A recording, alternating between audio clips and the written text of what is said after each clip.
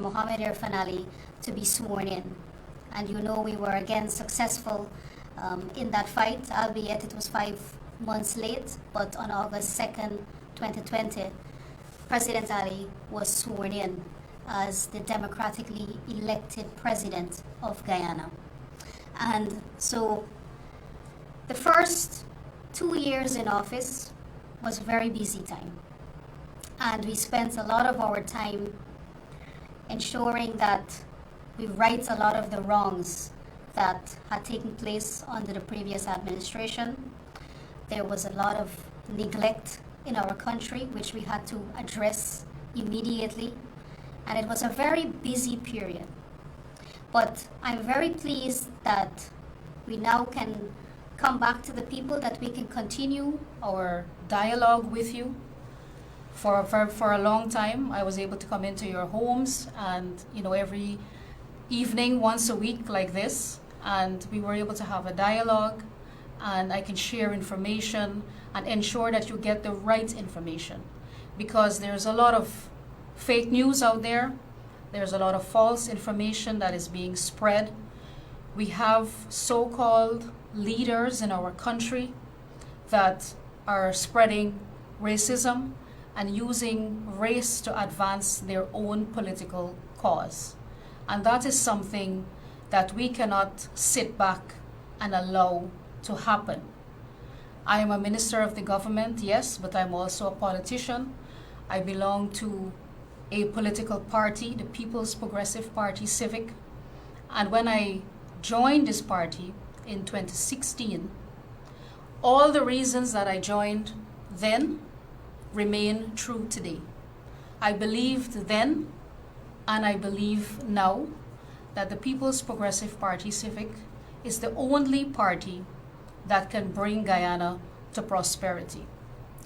And I say that not because of blind belief, but because I have examined the track record of this party, going back from 1992 under the leadership of Dr. Chedi Jagan, and all that the party did in government in 23 years.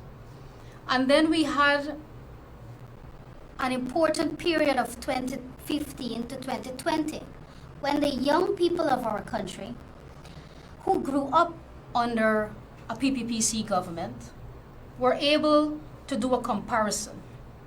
Because sometimes when everything is going well, you don't think that there is a problem. You think that it was always like this and that it should get better. And agreed, with every year that goes by, our country should prosper more and more.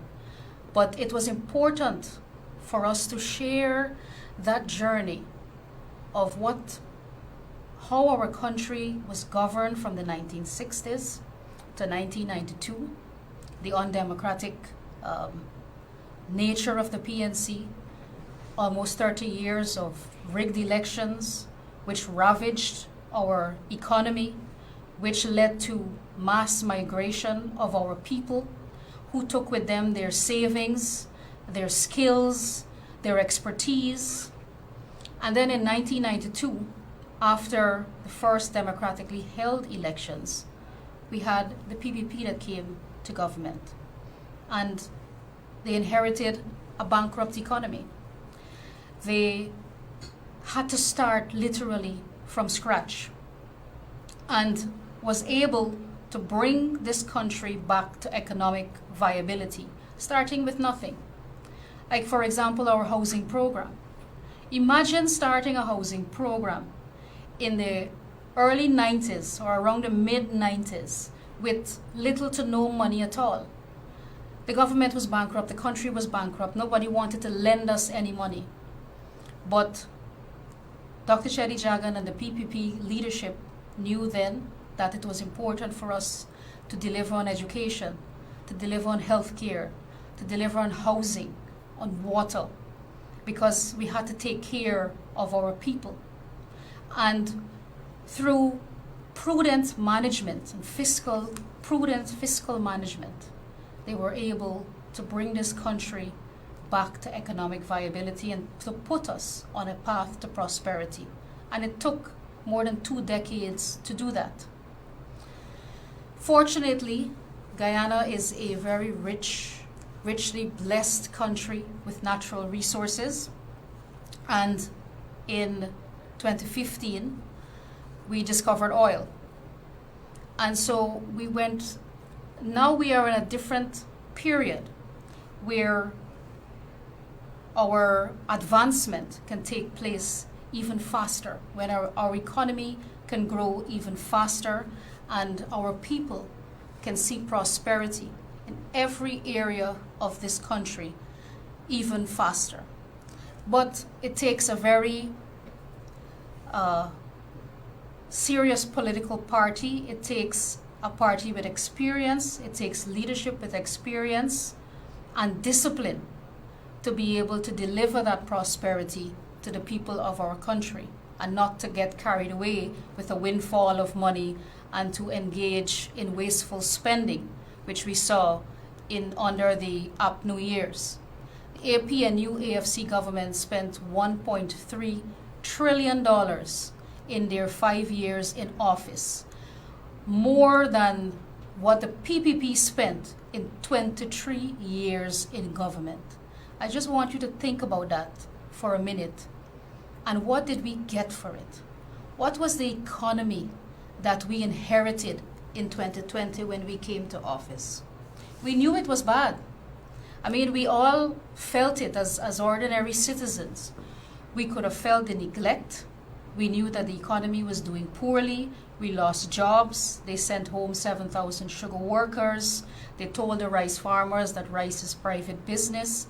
And these are the lifeblood industries, and these are the lifeblood of our economy, our agricultural sector. And the APNU AFC washed their hands with those people, washed their hands with that sector. They took away the grant to the school children.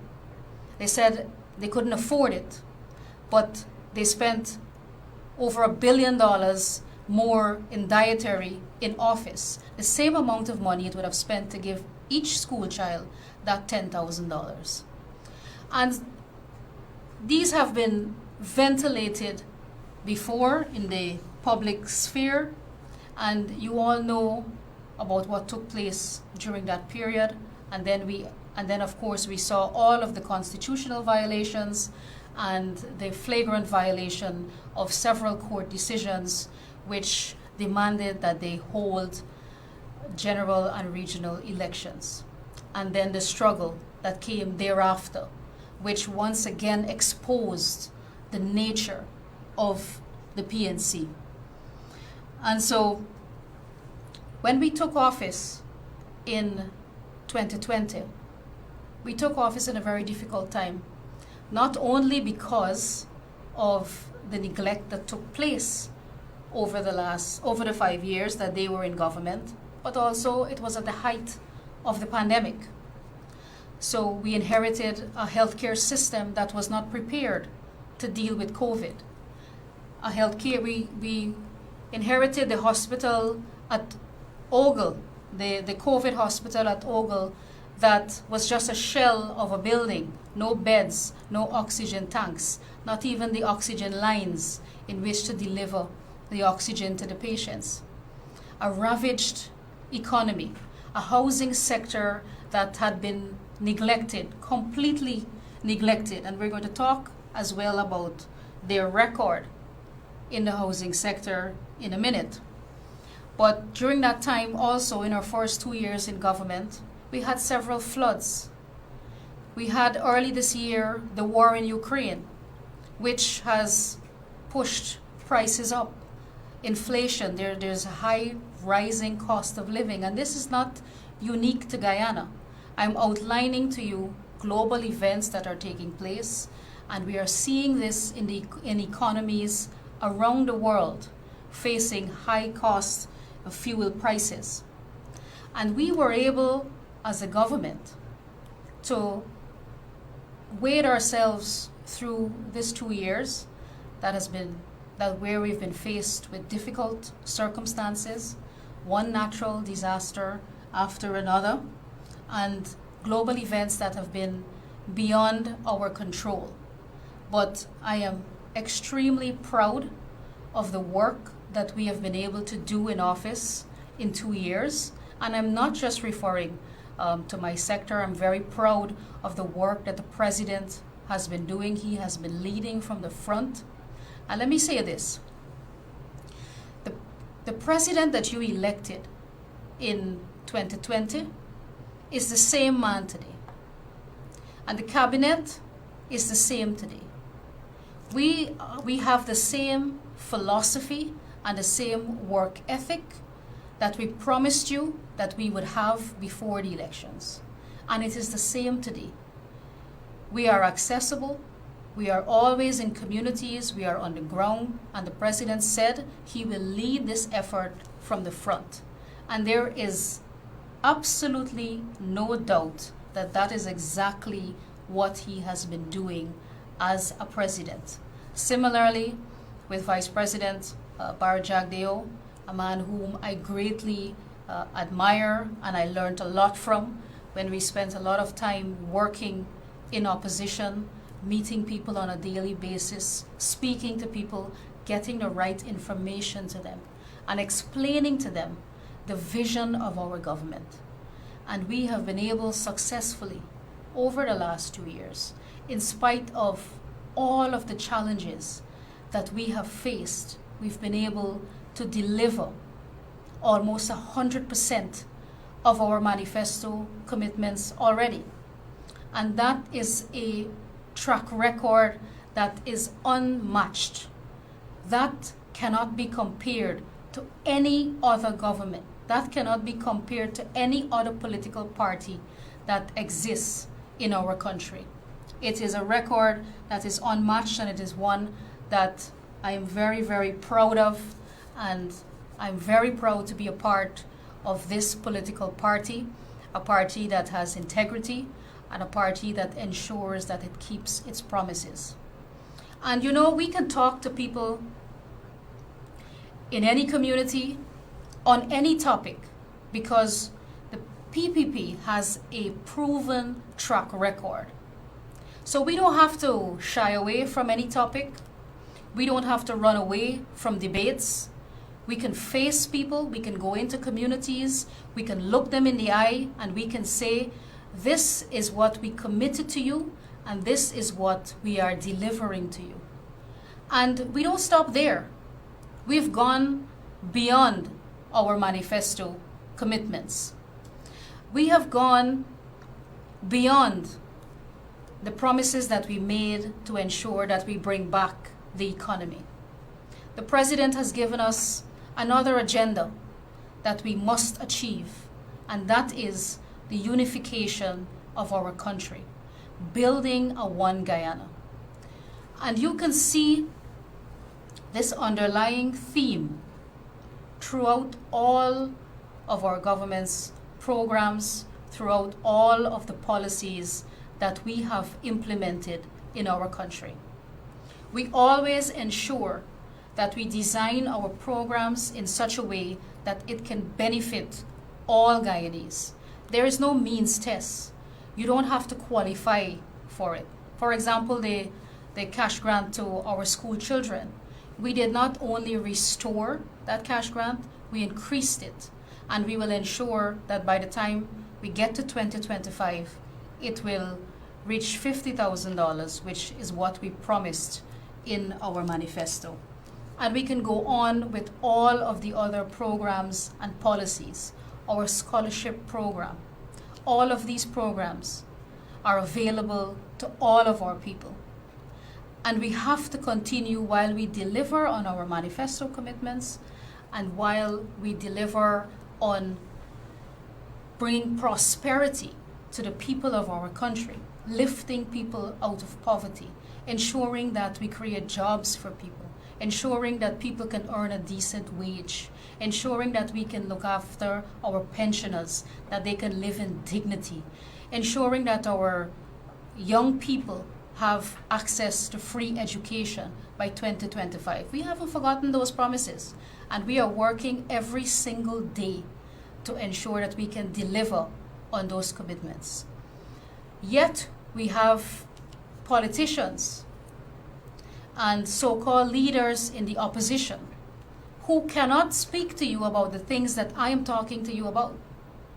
I can come on this program every week until 2025 and speak about nothing but the track record of the PPP in office and out of office. Because out of office, we fought every single day for the people of this country.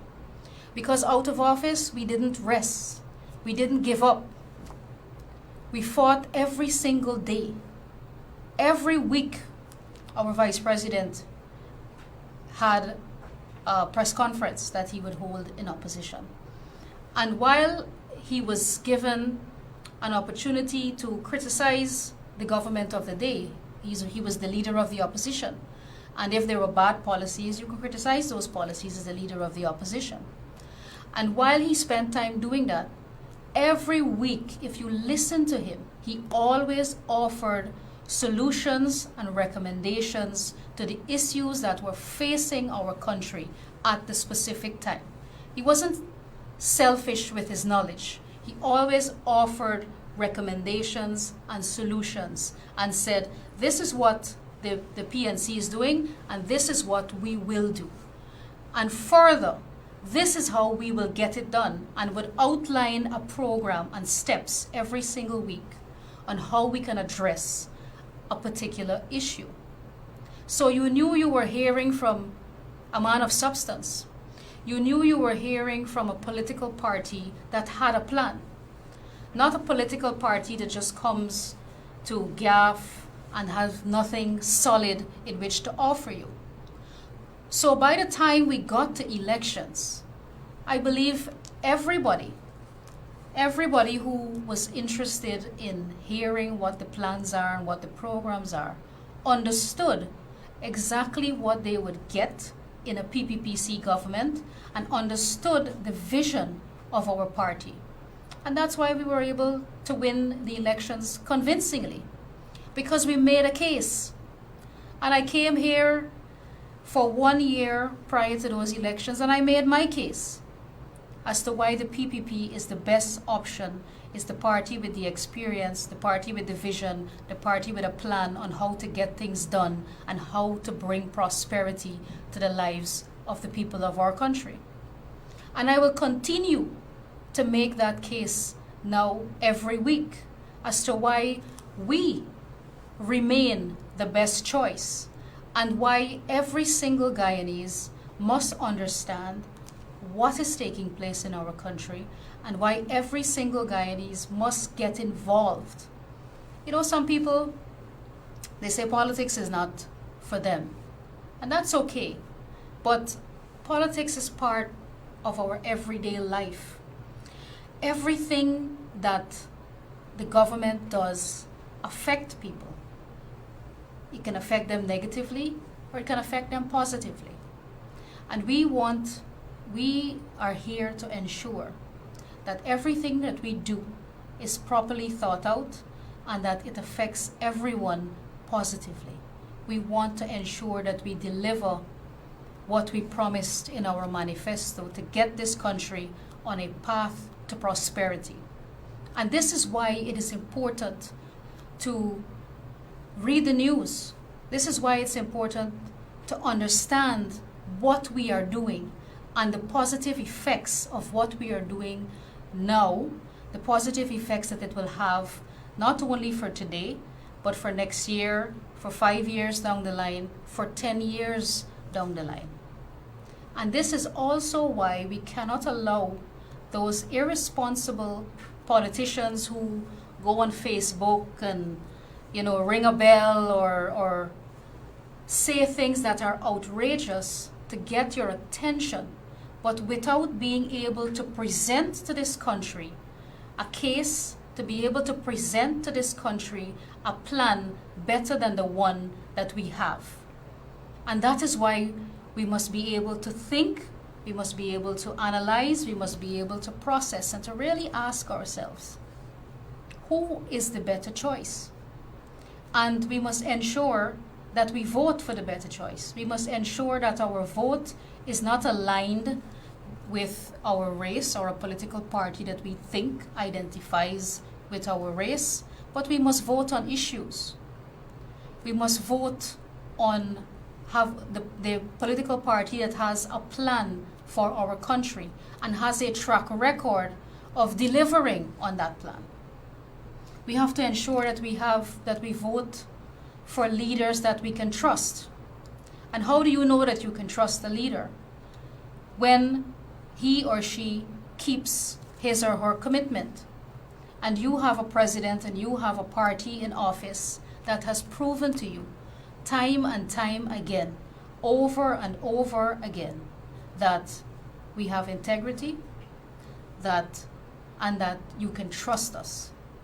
And that whenever we say to you that we're going to get something done, we already have a plan on how to get that done. And there are countless examples of when we've been able to deliver on that. So we're not just a party that ticks boxes, like I said before.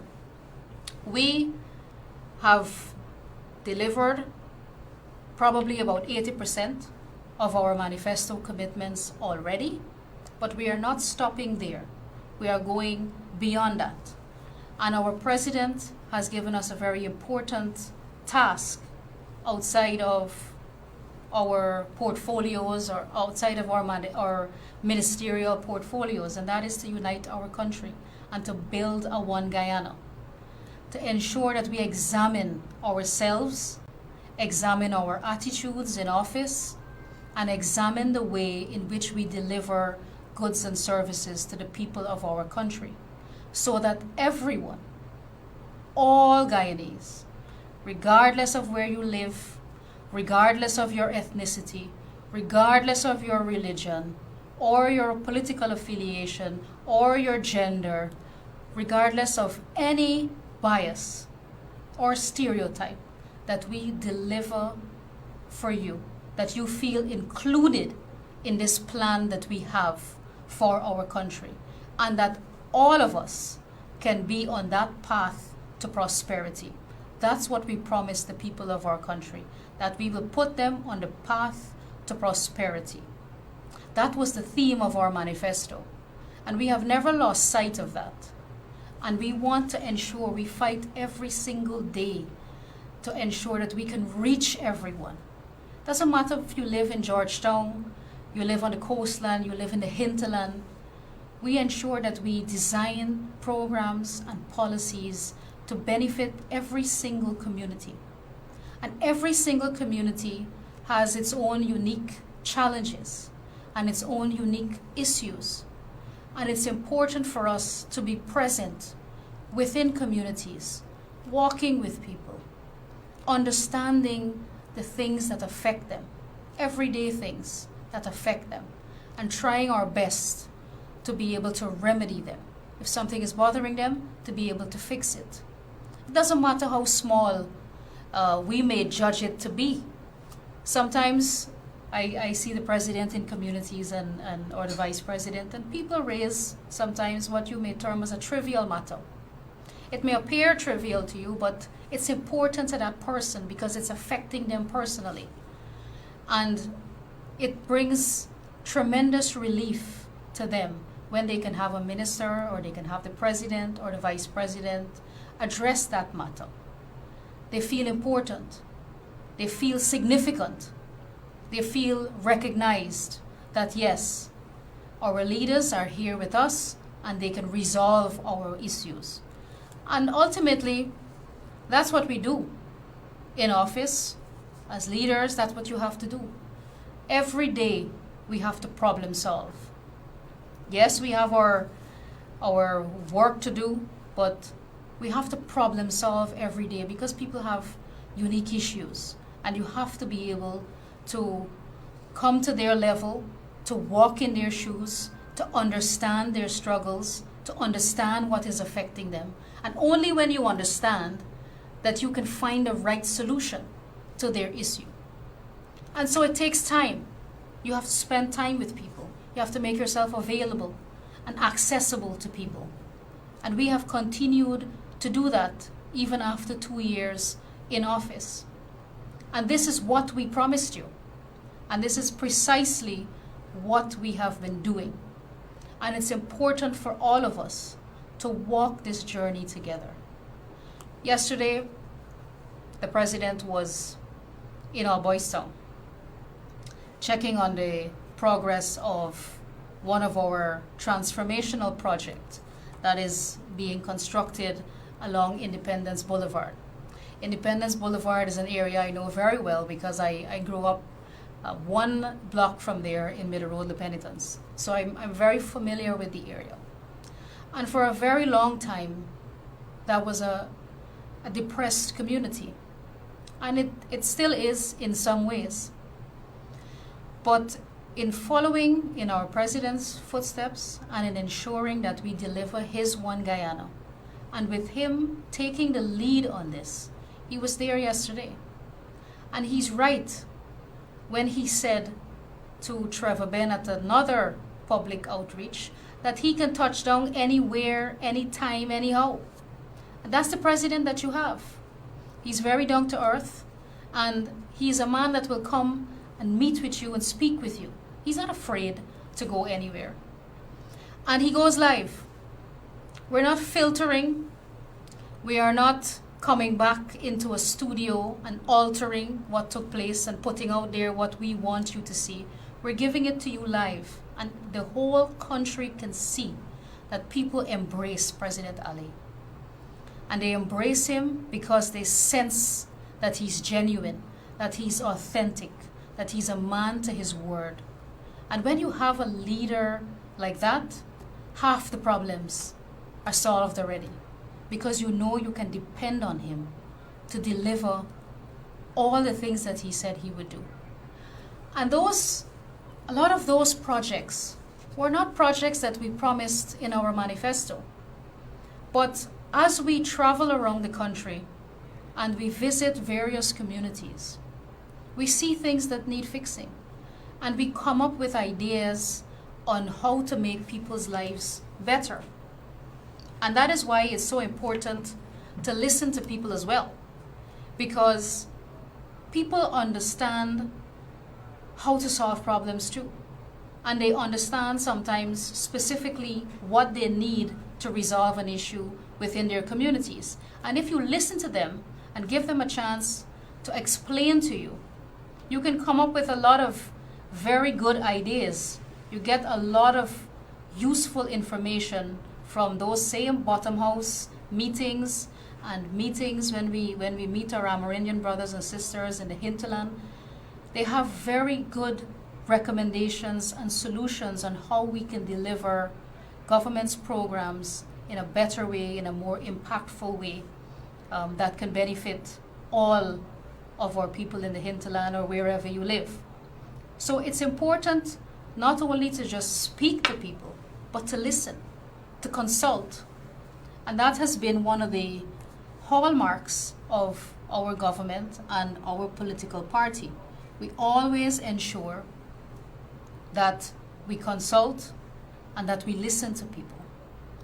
And we must unite as a country to reject the politicians and the so-called leaders of the opposition who want to separate us. Because while they sit there and they talk about racism in our country, or that the PPP is a racist government, they cannot point to a single policy or a single program which discriminates against Afro-Guyanese or people in the hinterland, that shows any kind of discrimination at all. It's just all gaff. It's all a bluff. It's all just talking points. But they cannot give a single example. And we must not fall prey to just repeating something that is untrue, because people may start to believe that, even though there is no merit in that. Take, for example, a very uncomfortable accusation that for a very long time the PNC leveled against our Vice President Bar Jagdeo. For his almost the entire duration of his time as president in our country, they peddled this lie, this rumor that he killed 400 black men. And it was so ridiculous of an accusation that for a very long time, Comrade Barjagdio or nobody in the PPP bothered to answer them because it was just absolutely ridiculous and untrue. And what happened? They repeated that lie so much and so often that people actually started to believe that. Something that had no merit, completely untrue.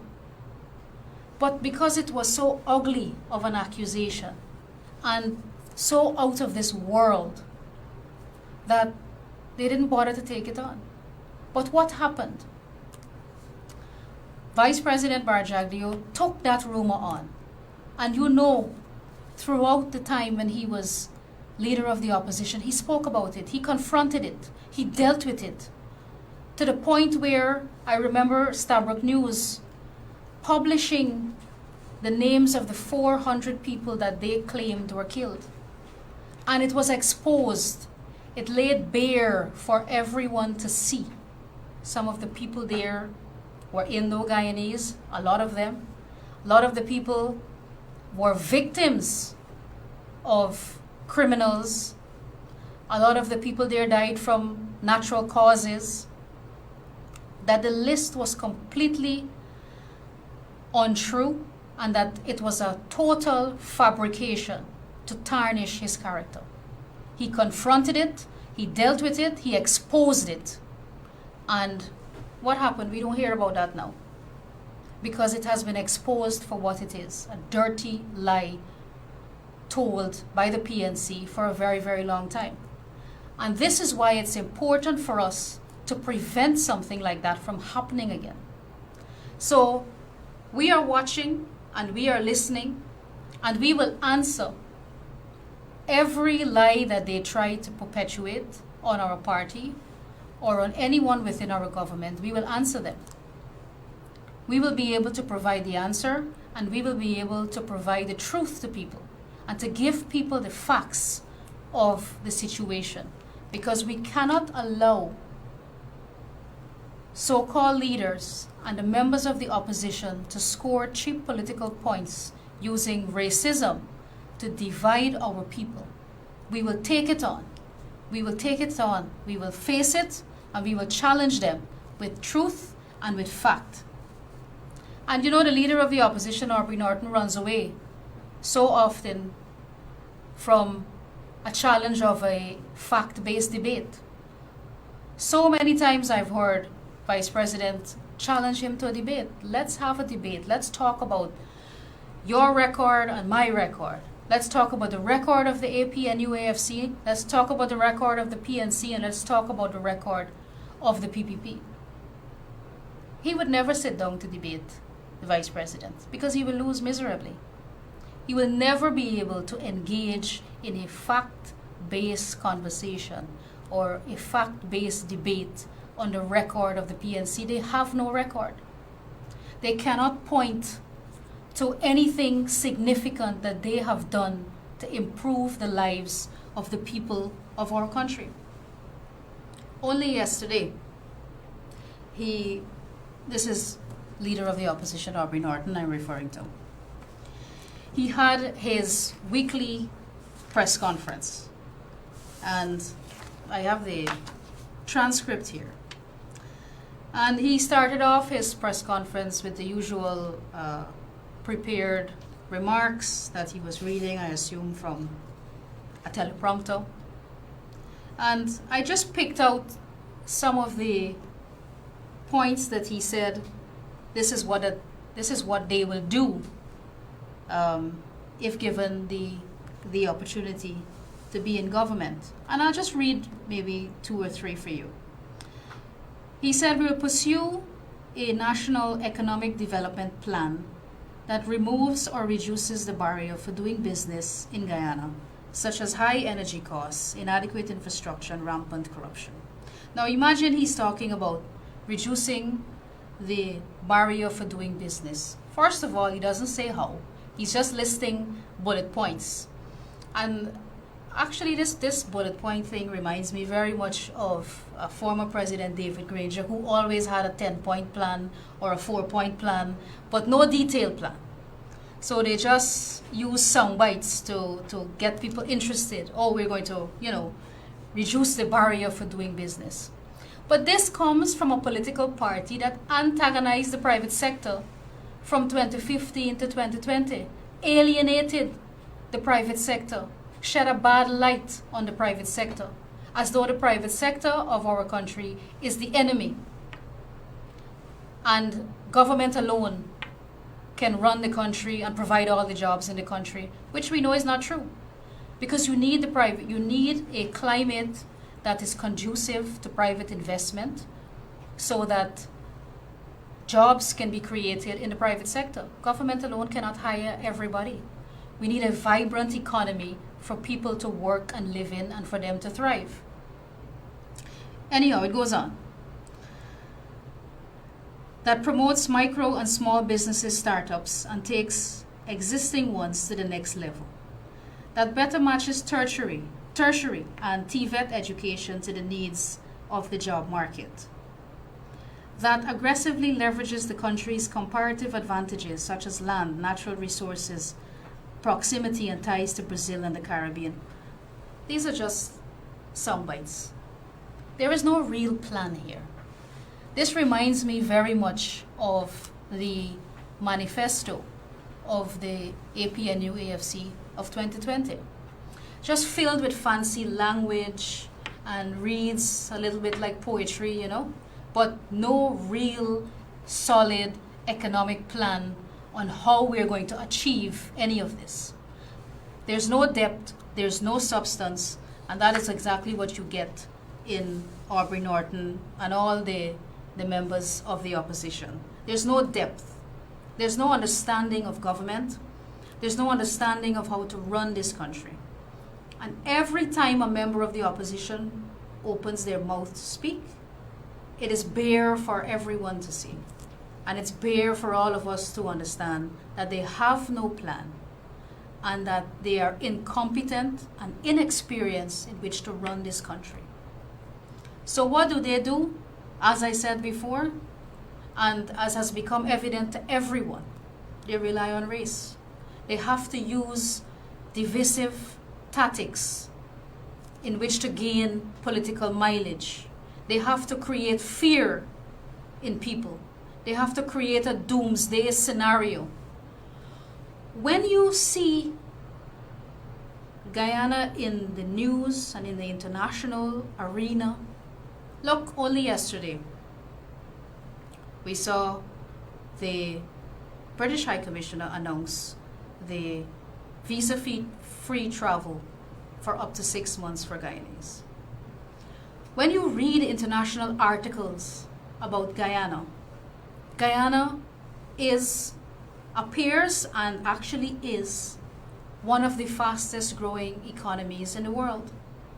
It is the most attractive place for investors and for people to come. But when you listen to Aubrey Norton or anybody from the opposition side and you hear about the Guyana that they speak about, it's night and day. You want to know almost where is this Guyana that they're talking about? What are they talking about? It's all doomsday in Guyana when you listen to them. And so they have to use this divisive fear-mongering in which to scare people to listen to them or to support them. But we have to open our eyes and we have to realize that these people have nothing to offer us. These people have nothing to offer this country. And we must not allow them to get away with it. We have to call them out. But Aubrey Norton will sit very comfortably behind a camera and tell you this, but he can't go into communities and say that. He can't go and walk in Region 2 or in Berbice and repeat some of the things that he can comfortably repeat behind a camera because people will object to it, because people will know it's not true. And he always has to stick to those talking points because he can't talk about what the PNC has done. you've ever listened to Aubrey Norton or anyone in the PNC and listened to them talk about this program that they introduced and hear them give a list of the things that they have built, of the schools or the hospitals that they've built, or treatment plants for water, which housing scheme they developed? No. We have to recognize that. And we have to reject these people. They have no place speaking to people about democratic elections. And that brings me to Miss Annette Ferguson. And last night I had a good laugh when I saw Demerara Waves with the breaking news that Annette Ferguson, PNCR member, calls for inquiry into Georgetown District elections, says time for fairness, honesty, and democracy. Now, Annette Ferguson penned a letter to the Central Executive Committee of the PNC complaining about what she calls alleged irregularities at their recently held Georgetown District elections. Now, well, in other words, the hallmark of the PNC, rigged elections. So they apparently rigged their own internal elections. But this shouldn't surprise us, because this is rigged elections is in PNC's DNA. You have to understand that. The people who are in the PNC, this is in their DNA. They can't not rig elections. Apparently, the only way for them to win elections is through rigged elections. So if they can rig their own internal elections, what wouldn't they try to do with our general and regional elections? And this is not the first time. If you would recall, when Aubrey Norton was challenging David Granger for the leadership of the party, I can't remember which year it was, but you would remember the whole issue at Congress Place when the gates were locked and people from Linden were prevented from voting, and then we had several members walk out because they were not allowed to vote, and there was some gunshot, and all of that went down at Congress Place. Session in Congress Place with their own internally rigged elections. Well, Annette Ferguson said this, and I'm quoting her. "The time has come for the PNCR to rise to the occasion of practicing fairness, honesty, and being democratic when it comes to its internal business or affairs." How ironic. How ironic that the PNC is now complaining about their own internally rigged elections. You see what happens when the shoe is on the other foot? This is what happens. Now they're all suffering and complaining about the same thing which they tried to perpetuate on the Guyanese people in 2020. She went on, "It was clear to the eyes that the balloting clerks were only issuing ballots without verifying that persons were indeed registered as delegates. Glaring absence of checks and balances," said Ms. Ferguson. I'm quoting from the Demerara Waves article that was published on this matter. Now, the irony of this is laughable, because this is exactly what they wanted to perpetuate on the Guyanese people in 2020. And like I said, this is in their DNA. This is who they are. They haven't changed. So when they come and they want to speak to you like they know it all, that they are innocent of everything that happened then, and they have changed, and they now are ready to lead this country, they're not. They are the same people who do not believe in democracy, and who, if given the chance, will again attempt to steal elections, attempt to steal votes. That's how they operate, and that is who they are. And we must always remember that. We must not forget. Sometimes, we have short memories, but it's important that we remember what they have done to this country, and they must never be given a chance. They must not come close to the seat of power ever again. And people are rejecting them. Look at how the people of Aboystown opened their arms to President Ali yesterday. Because they can feel it. They can feel the sincerity with him. And they can see that what he is doing will uplift their lives.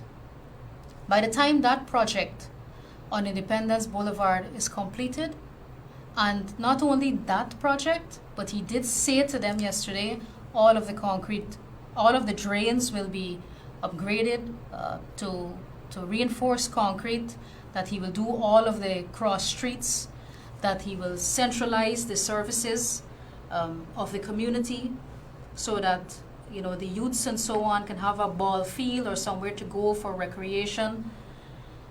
Property prices in that area will escalate, as in many other areas where we are putting in very critical infrastructure. And this is how we transfer wealth to people. This is how people's net worth increase. And he has taken pains to explain this to people already. We have to understand development. We have to understand the bigger vision of what we are doing. Yes, I know it's easy to say, yes, the PPP is building all of these roads and investing in infrastructure, but the cost of living is still very high. And we have been trying to address that as well, as is most countries around the world.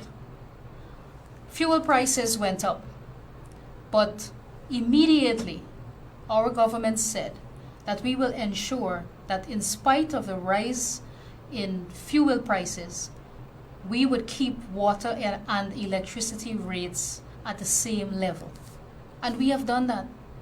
We have cushioned that. We've cushioned that increase. Countries around the world have all increased their prices because it's a natural cause from increased fuel prices. Immediately we stepped in and we said those rates will remain the same because we know it's the end user who will suffer, who will have to bear that burden. It's the ordinary people who will have to bear that burden. And right away we stopped that increase from taking place. But sometimes when you make a problem disappear before it affects you, you can't appreciate the impact. But we don't believe in punishing people or acting like saviors. We are a government who understands how to deliver, and we understood very early that we have to cushion that. We can't allow that increase to be transferred to the people of our country. And then we also removed all of the taxes from fuel to ensure that we can exercise some control over a heavy spike in the cost. So Norton also yesterday made some comments on the housing sector. And I'm always very interested when they speak about housing. And I'm always very amazed when I hear the PNC or Annette Ferguson or anybody speak about housing. Because the housing and water sector was one of the most neglected sectors of our country over the last 5 years. And he mentioned also Millie's Hideout. And if I was Aubrey Norton, I wouldn't even mention Millie's Hideout. Because everybody in this country knows about Millie's Hideout and about in 2019 when the then government was in caretaker mode, gave 216 acres of land at Millie's Hideout to one man, Lowenfield. So if I was Aubrey Norton, I wouldn't speak about Millie's Hideout. I wouldn't speak about housing. And I see my operator already giving me the signal. I can't believe we're almost coming down to program time, but let me finish this. 216 acres. Let me calculate that into how many. 216 acres by 5 house lots per acre could have created in Linden 1,080 house lots. Can you imagine? They give to one man 216 acres of land in Linden that could have created over 1,000 house lots for the people of Linden. And they say they love the people of Linden, and they say they love Afro-Guyanese. That is their track record. These are the things that we must not forget. And I have their record in office of the house lots that they delivered in Linden. It is less than 400. In 2019 alone, in the year 2019, when they transferred 216 acres to one man, they delivered 0 house lots to ordinary people of Linden. 0 house lots. In 2015, the figure was 1 house lot in the time when they came to government to the end of 2015. That is their track record. When the people of Linden look around them, everything that they see, the schools, the hospitals, the roads, the water treatment plants, all built by the PPPC. The communities within which they live, Amelia's Ward, Block 22, all built by the PPPC. Not one new house lot was developed under the PNC, under the APNU. So they must not come and talk to the people of Linden or speak to Afro-Guyanese like if they love them and they can look out for them and the PPP is bad to them. Ask them what they did. Let them speak about their track records. Don't let them worry about the PPP. Let them speak about their track record. Linden is the only region in this country that has 100% treated water. Linden and Region 10 is the only region in this country that has subsidized electricity. Never removed. We always kept that subsidy for the people of Linden. So the people of Linden must ask themselves, who really has our back? Who really is taking care of us? I see my operator waving his hands very frantically that I am out of time, but just before I go, I just want to mention I didn't get through half the things I came to talk about tonight because there's so much for us to talk about. But just as I'm on Linden, for the benefit of the people of Linden, I just want to remind them that the call center has a job fair that started today and is continuing tomorrow. They're looking for 150 telesales agents. So if you did not know, please, the job fair is being held at Karakara, Linden. Please go down there and get yourself employed if you do not have a job. And I'm going to have to continue this next week. There's always so much to talk about. And I want to thank you very much for joining me this evening. It was pleasure speaking with you. I'm actually now getting warmed up. I'm now enjoying this seat and now getting into some of the controversial things. But next week, we can skip the intro and we can go straight into the meat of the matter and we can discuss all of the developments in our country. Thank you very much and have a good evening.